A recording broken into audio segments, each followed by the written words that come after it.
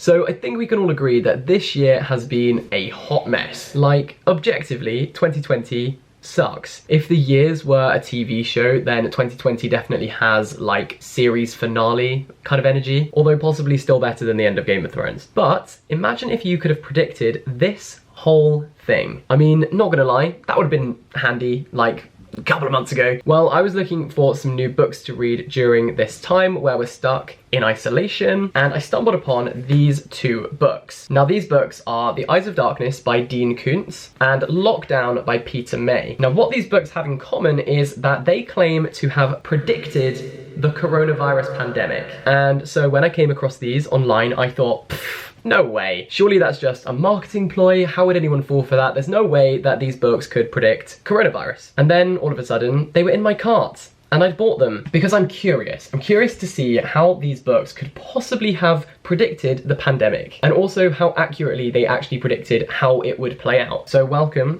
to the video. Over the next couple of days, I'm going to be reading these books and sharing what I find and whether they did actually predict the coronavirus. Let's go. On tonight's program, ladies and gentlemen, we have something that's gonna make you sick.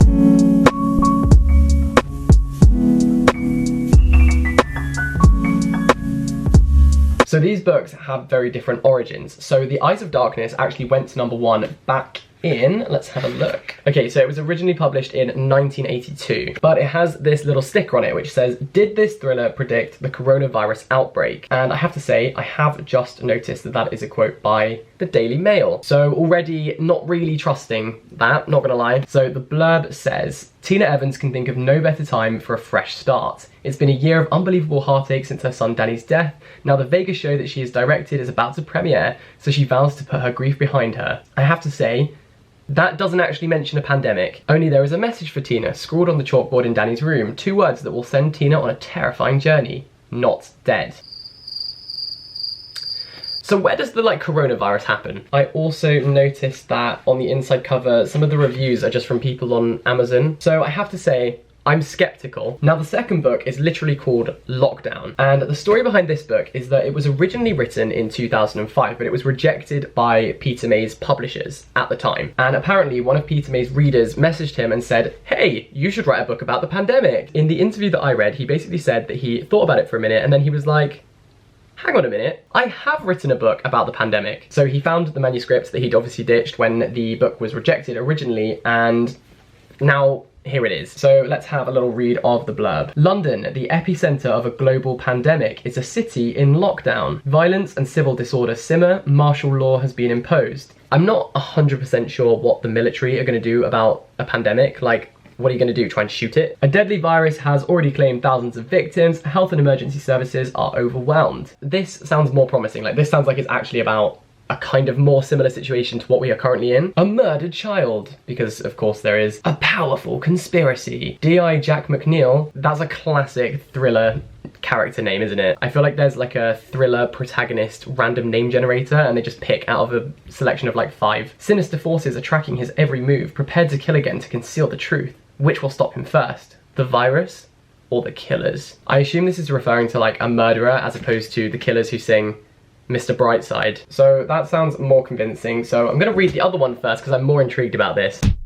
Okay, so I've just sat here and powered through to page 50. The good news is that it's kind of okay and relatively easy to read. The bad news, well, is it bad news? The bad news for the sake of this video is that no coronavirus has been mentioned yet. In fact, no disease or illness at all has been mentioned yet. So kind of wondering when Mystic Meg over here is gonna start predicting things, but all I can say for now is that it hasn't happened yet. Update, I am 100 pages in and I'm still no closer to any mention of a pandemic. I honestly think that my horoscope would have done a better job at predicting this so far. My 150 page update is that, surprise, surprise, no mention of a pandemic. Honestly, it's getting a bit laborious now.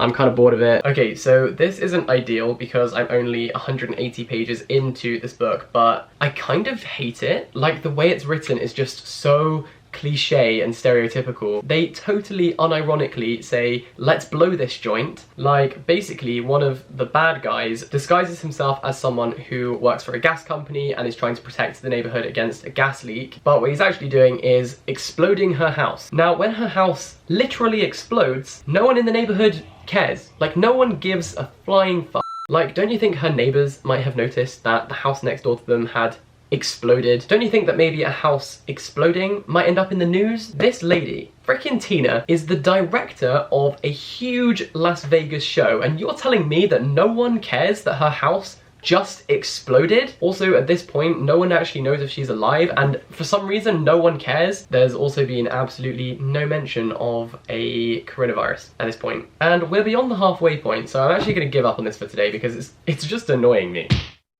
Hello, good morning. The dialogue between characters is so cringeworthy. It's like one of them will say, please try and get us out of this situation, and the other one is like, I'm not just gonna try. And I just think, ugh, stop that. However, I have made it to page 232, and on page 229, we have our first reference to diseases. The general vibe is that they are working in a lab where they are developing biological warfare. So that basically means when you use things like diseases and viruses to your advantage in war, basically with the intent of infecting the enemy. However, this book is clearly written in the Cold War period, and it kind of just blames the East for everything. So it says, he didn't have any choice but to commit the installation to it once we found out the damn Chinese were deeply into it, and the Russians giving them a hand to earn some foreign currency. Our new friends, the Russians. What a joke. Welcome to the new Cold War. It's China's nasty little project, remember? All we're doing is just playing catch up. If you have to blame someone because you're feeling guilty about what we're doing here, then blame the Chinese, not me. So that doesn't really sit right with me. It seems to be blaming nations that at the time were communist, like the Soviet Union and China, for biological warfare. Now, I'm pretty sure at this time there had been treaties or pacts signed to forbid the use of biological warfare. But it is worth noting that the first instances ever of biological warfare weren't by Russia or China, it was by Britain. The British Army used smallpox against Native Americans as well as Aboriginals in Australia. This seems to me kind of like Cold War propaganda, where they're just like, blame the communists for everything. But then it does go on to say this, but sometimes I wonder, while we're working so hard to keep ahead of our enemies, aren't we perhaps becoming more like them? Aren't we becoming a totalitarian state? The very thing we may despise. So there's definitely an awareness of being a little bit hypocritical and contradictory, but it always links back to being as bad as a certain enemy. So, you know, I was saying it was cringy before. Well, it got worse. The worst bit so far has been when they basically break into a lab. People working in the lab are obviously like, who are you? And this Tina walks in and is like, justice. Spare me! It's just too much. I just can't take stuff like that seriously. Also, a bit of a rogue change in plot. Suddenly the kid who they thought was dead is psychic and no one's questioning it, and Tina's only way of rationalizing all the weird shit that's going on is, oh, my son must not be dead and he must be psychic. No one even bats an eyelid. Everyone's like, yeah, the dead kid must be alive and psychic. The best thing is that I only have 50 pages to go. Okay, so I'm done. Basically, it was that classic trope of using the child as this symbol of purity and innocence in binary opposition to an oppressive, destructive regime. So basically, they infect the kid with the virus, he doesn't die, they're like, what the hell, this is supposed to kill people. So then they keep infecting him, he keeps surviving, and somehow that just makes him psychic? I don't really know. So then the fragility and innocence of childhood is kind of juxtaposed with the big white sterile factory and a prison cell and all these like medical supplies, and basically it's just about how evil and corrupt biological warfare is. Now, the reason that people suggest that this book predicted coronavirus is because the disease that they develop is called Wuhan-400, which I will give it to Dean Koontz. Like, that is a pretty wild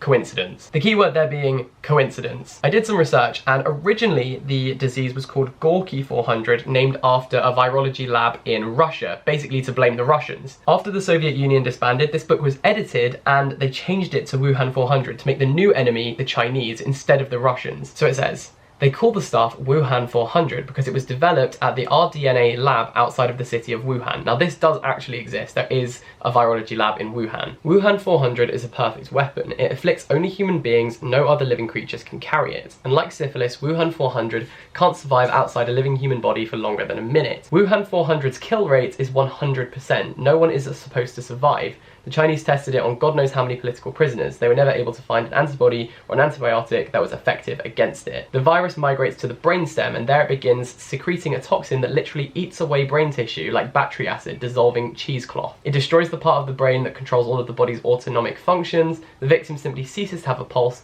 functioning organs, or any urge to breathe. So even though it's called Wuhan-400, it isn't actually that similar to coronavirus. The only two things that they actually have in common is that they originated in Wuhan and they are a virus, but I'm sure the flat earthers are going absolutely nuts at this. My final kind of analysis of that is that it's just Cold War, xenophobic propaganda. Dean Koontz originally blamed Russia, but it was then republished and re-edited to blame China as the new enemy. It's not totally arbitrary and random that Wuhan was the place that he specified, because there is a virology lab in Wuhan. But if people use this book as evidence that coronavirus is a man-made disease, then I'm sorry, that is just so freaking stupid. Yeah, aside from that, the disease literally has nothing in common with COVID-19. And that is that on that. Where is my copy of Lockdown? I started, oh my god, the camera's on top of it, damn it. So now that we've dismissed The Eyes of Darkness as just weird anti-China conspiracy theory, we can get rid of that terrible book and move on to Lockdown by Peter May. Will this book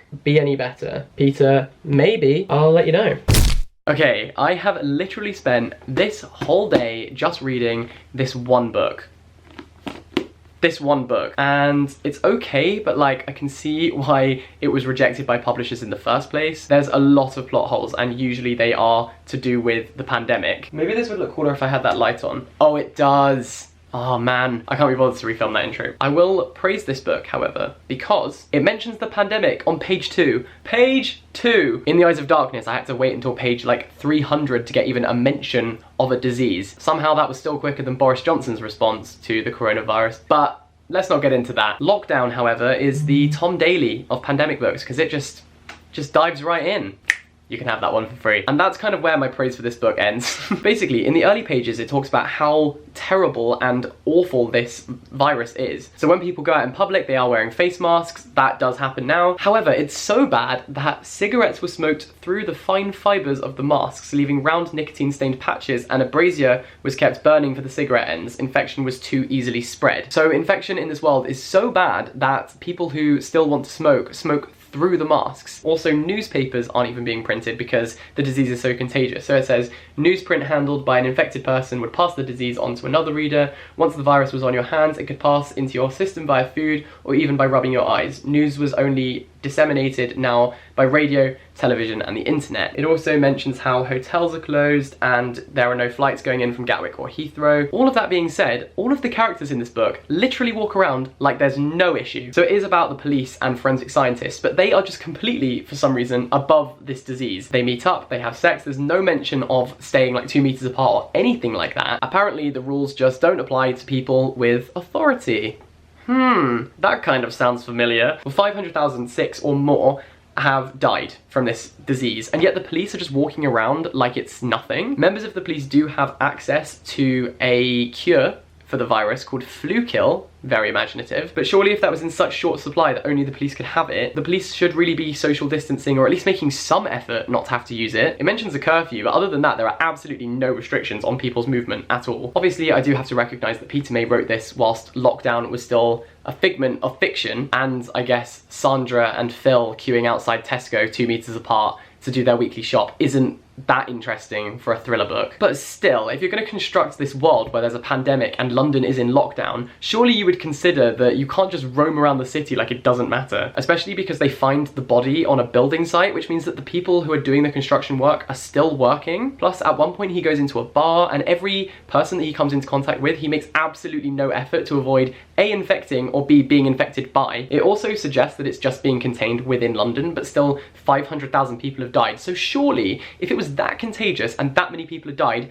maybe you'd start taking precautions. DI Jack McNeil's son literally dies from this, and he just carries on with his job. Okay, sorry, my camera actually died because I'd been ranting for so long about this book. Basically, to cut a long story short, this again writes about a pandemic as a kind of man-made biological weapon. I guess it kind of just shows how we were all kind of complacent in thinking that we would be totally indestructible when it came to a new virus, and this pandemic has proven we're actually not. I gave this one like a 2 stars out of 5, and I'd maybe No, this one's probably a 2 as well, but like this is 1.8 rounding up and this is 2.2 rounding down, you know what I mean? Basically, my final conclusion is that The Eyes of Darkness is pretty much just propaganda. Also, it didn't predict coronavirus. It happened to imagine a virus which is nothing like COVID-19, but they did happen to call it Wuhan-400. Lockdown somehow has even more inconsistencies and does imagine a scenario which is significantly more similar to the predicament we're currently in, but given what we know now about what a pandemic is actually like, it literally has no value. I feel really harsh and mean saying that, but like, it really isn't that worth the read. I'm sorry. Ultimately, this was kind of just a waste of my time and money. Do I regret it?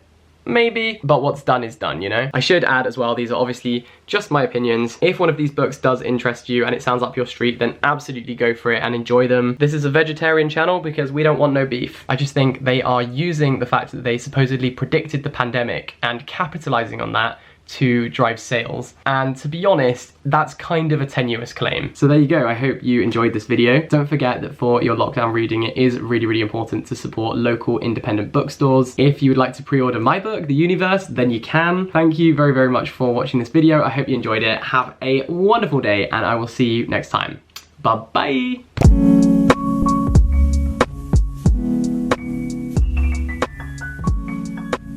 In case I don't see ya, good afternoon, good evening, and good night.